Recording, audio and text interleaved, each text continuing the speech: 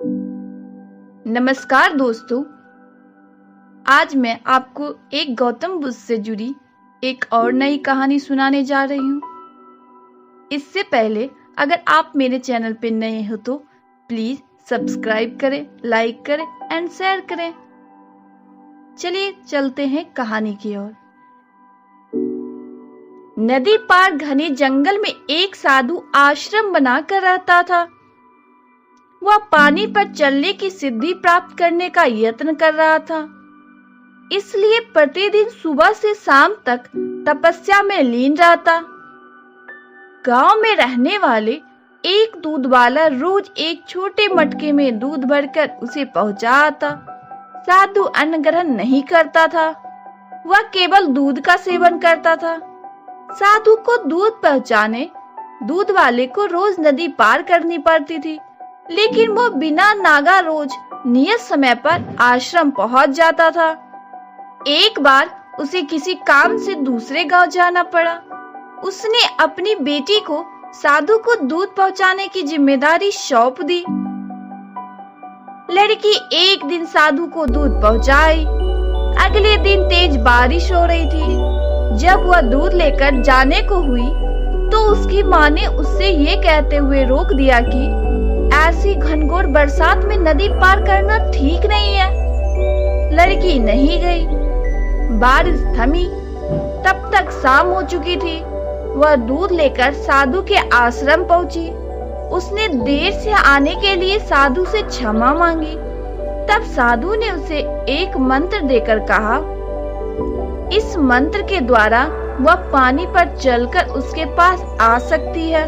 साधु इस मंत्र को कई दिनों से स्वयं आजमाना चाहता था, किंतु उसे मंत्र पर पूरा विश्वास नहीं था।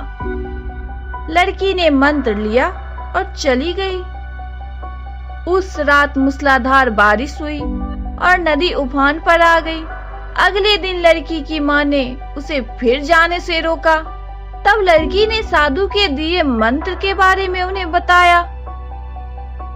उस दिन मंत्र का जाप करते हुए उसने नदी पार कर ली।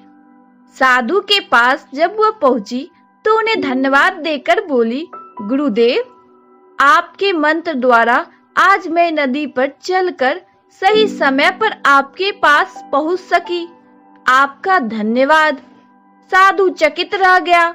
उसे विश्वास ही नहीं था कि मंत्र काम कर जाएगा। वह लड़की के पीछे पीछे आश्रम से बाहर आया। उसने नदी किनारे खड़े होकर देखा कि लड़की पानी पर चलते हुए जा रही है। वह खुश हो गया कि बरसों से पानी पर चलने की सिद्धि प्राप्त करने का उसका मनोरथ पूरा हो गया। मंत्र जपते हुए उसने नदी के पानी में पैर रखा, फिर खींच लिया।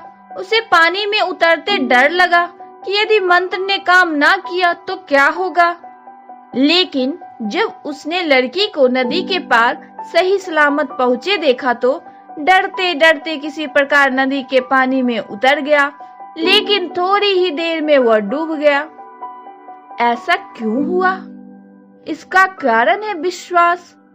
साधु को इस बात का विश्वास ही नहीं था कि वह पानी पर चल सकेगा। वही लड़की को पूरा विश्वास था।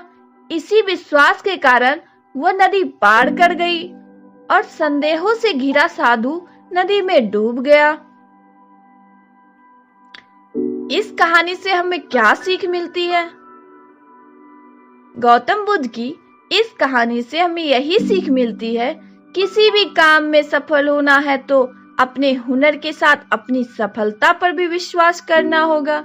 जिसे अपनी सफलता पर भरोसा ही नहीं, ना वह पूरी लगन के साथ काम कर पाएगा, ना पूरी मेहनत से, ऐसे में वह सफल कैसे होगा? इसीलिए विश्वास की शक्ति का महत्व कम ना आके, यह विश्वास की शक्ति ही है कि लोगों ने ऊंचे ऊंचे पर्वत डिगा डाले, खुद पर विश्वास रखे, अपनी सफलता पर विश्वास रखे। धन्यवाद।